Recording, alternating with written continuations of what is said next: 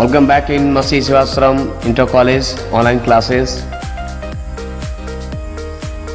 सभी लोग का स्वागत है मसी शिवाश्रम के ऑनलाइन क्लासेस में। And I have told you about present perfect tense and its importance. Today we will discuss about present perfect continuous tense and some common rules. First of all, we discuss about some common rules. Present perfect continuous tense को बताने से पहले कुछ common rule है इसके बारे में। जब तक उसके बारे में कंसर्न नहीं होगा हमें बेहतर तरीके से इसको बना नहीं सकते हम लोग। तो लेट्स स्टार्ट आवर लेसन। चलिए पता करते हैं वो कॉमन रूल्स क्या है, क्या हमको जानना है। सबसे पहले इसका आइडेंटिफिकेशन देखा जाएगा, पहचान देखा जाएगा कि कैसे इस टेंस को हम पहचान सकते हैं। प्रेजेंट परफेक्ट कॉन्टिन्यूअस टेंस और प्रेजेंट कॉन्टिन्यूअस टेंस, इन दोनों में जो आइडेंटिफिकेशन होती है, जो पहचान होती है, वो लगभग सिमिलरिटी इनके अंदर होती है। क्योंकि ऐसे टेंस के लास्ट में रहा है, रही है, रहे हैं एक्सेट्रा मतलब इत्यादि शब्द आते हैं और ऐसा लगेगा कि काम जो है वो चालू है, कंटिन्यू है। यही चीज जो होती है वो प्रेजेंट कॉन्टिन्यूअस टेंस में भी होती है, उसमें भी काम का शुरू होना पाया जाता है। लेकिन डिफरेंस क्या है, इस पर थोड़ा सा फोकस करना हमको। प्रेजेंट कॉन्टिन्यूअस टेंस में काम तो कंटिन्यू होता है, चालू होती है, लेकिन उस वर्क का टाइमिंग नहीं होता है।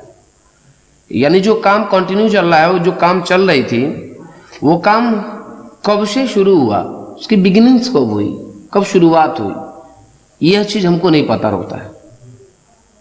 और प्रेजेंट परफेक्ट कंटिन्यूअस टेंस में सबसे बड़ी खूबी यही है कि इसमें काम के चालू होने के साथ साथ काम के होने का समय होता है। यानी जो वर्क होते हैं उसका टाइमिंग होता है कि जो वर्क चल रहा है वह कब से शुरू हुआ।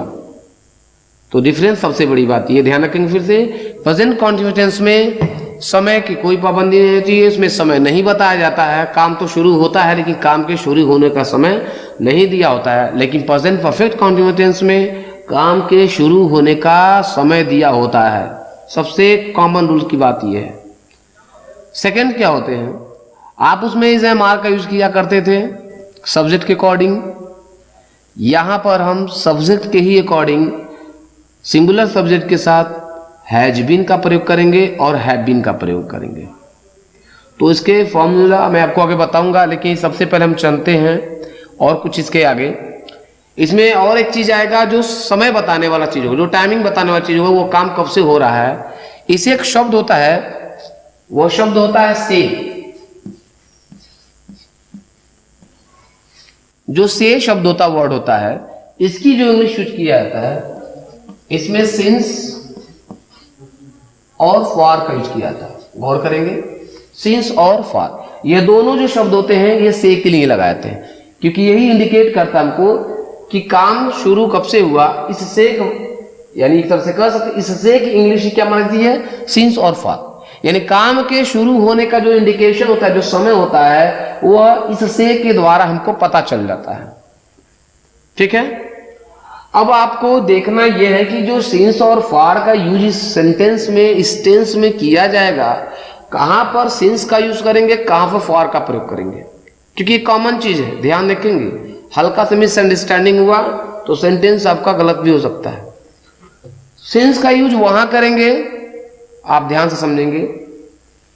एक तरह समझने के लिए, बेस्ट अंडरस्टैंडिंग के लिए एक कॉलम आप दो, इसके कॉलम बना सकते हैं। एक सिंस और दूसरा कॉलम ऑफ फॉर का बना सकते हैं।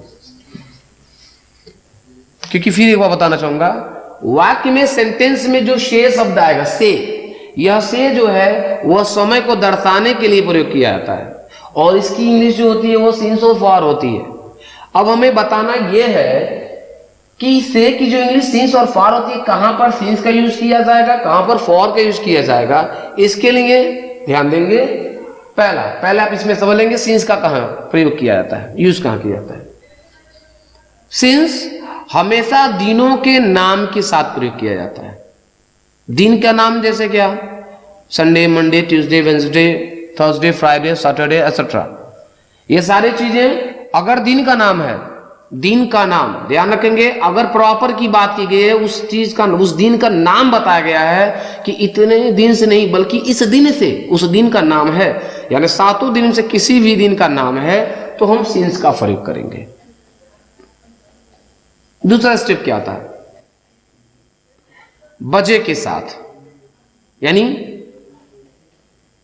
एक तरह से कह सकते हैं सिंस जो होता है वह पॉइंट ऑफ टाइम के लिए प्रयोग किया जाता है। पॉइंट ऑफ टाइम का मतलब क्या? निश्चित समय। और जो फॉर होता है वो पीरियड ऑफ टाइम होता है, PERIOD। पीरियड ऑफ टाइम का मतलब क्या? यानी यह अनिश्चित समय के लिए प्रयोग किया जाता है, और जो सिंस होता है वह निश्चित समय के लिए प्रयोग किया जाता है। तो निश्चित में जो दिन का नाम बताएगा, पहला स्टेप में क्या डालेंगे हम लोग? लिखेंगे दिन का नाम, यानी 7 दिन से किसी भी दिन का जिक्र किया गया हो तो हम से की इंग्लिश के लिए सिंस का प्रयोग करेंगे। दूसरा स्टेप आएगा इसमें बजे के साथ। बजे यानी अगर कह दिया जाए 2 बजे से, 4 बजे से, 5 बजे से, अगर इस तरीके से आते हैं तो आप सिंस का प्रयोग करेंगे। तीसरा, अगर ये कह दिया जाए दिन के पहरों के साथ। दिन के पहर क्या होते हैं? सुबह से, दोपहर से, शाम से, आधी रात से, तो जो 2 दिन के पहर बनाए गए हैं उनके साथ भी हम सिंस का प्रयोग कर सकते हैं। अगला स्टेप देख लेंगे वर्षों के नाम के साथ। वर्ष का नाम क्या?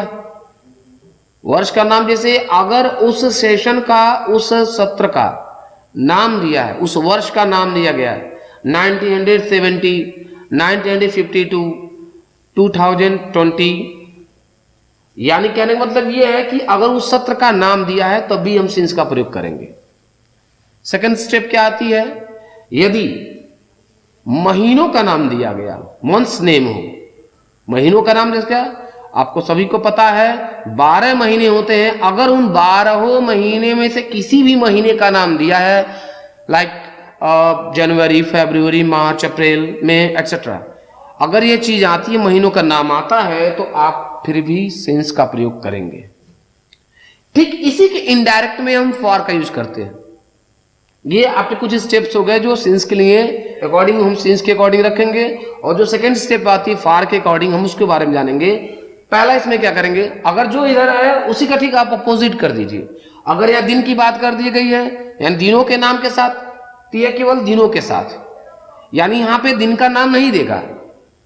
जिस तरह संडे, मंडे, ट्यूसडे की बात की जा रही है, तो यहां पर संडे, मंडे, ट्यूसडे का नाम नहीं देगा, बल्कि यह बताया जाएगा 2 दिन, 4 दिन, 5 दिन, काउंटिंग भी या डिजिट्स में भी दे सकता है।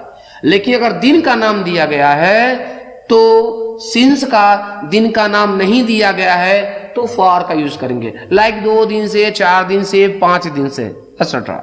नेक्स्ट, वर्षों के नाम के साथ नहीं करेंगे, यानी अगर उस वर्ष का नाम दिया है लाइक 1970, 1915, इस टाइप से अगर होगा तो फॉर का प्रयोग नहीं करना है, सिंस का प्रयोग करना है। लेकिन कह दिया जाए कि 2-4 साल से, 5 साल से, 10 साल से, तो एक तरह कंफर्म नहीं वो 10 साल किस सेशन के हैं, किस साल के हैं, इसलिए इसमें भी हम क्या यूज करेंगे, फॉर का प्रयोग करेंगे। तीसरा स्टेप्स महीनों के साथ। महीनों के मतलब क्या, उस महीने का नाम न दिया गया हो, लाइक 2 महीना, 4 महीना, 5 महीना, इस तरीके से आता है तो भी हम फॉर का प्रयोग करेंगे। लेकिन अगर उसी महीने का नाम जिक्र कर दिया है, डिस्कस कर दिया कि भाई जनवरी से या फरवरी से या मार्च से, तो उस सिचुएशन में हम सिंस का प्रयोग कर सकते हैं। दिनों के साथ भी बता गया, ये तो दोनों तरह के आपको मैंने बताया कि किन सिचुएशन में आप सिंस का प्रयोग करेंगे और किस सिचुएशन में आप फॉर का प्रयोग करेंगे। अगर फिर भी आपको इसमें कोई दिक्कत होती है तो मुझसे डिस्कस करके इसके बारे में डिस्कस कर लेंगे। तो यह इन दोनों का जो ट्रेजेडी है, इस चीज को बेहतर तरीके समझेंगे तभी हम इस टेंस में सिंस और फॉर का प्रयोग बहुत बेहतरीन तरीके से कर सकते हैं। तो first of all, how to use since and for must to be concern, must to be mind your mind. Thank you. और इसके बाद जो आपके फॉर्मूलेज होंगे और जो आपके टेंस बताएंगे, पहले आपको फर्स्ट डेट में आपको ये बताया गया कि किस तरीके से बनाया जाएगा, इसका पहचान क्या है, और भी इसके जो फॉर्मूले होंगे आपको अगले वीडियोस में आपको देखने को मिलेगा कि how to make our translation according to present perfect continuous tense. आपको बताया जाएगा किस तरीके से इसको हम ट्रांसलेट करेंगे। तो अभी कुछ फॉर्मूलेस थे, कुछ नियम थे, उसके बारे में डिस्कस मैंने किया है। नेक्स्ट वीडियोस में आपको इसको किस तरह ट्रांसलेट किया जाएगा, कैसे इसके बारे में पढ़ा जाएगा, आपके बारे में हम इसके बारे में डिस्कस करेंगे। तब तक के लिए इतना ही है। Okay, stay home, stay safe, thank you.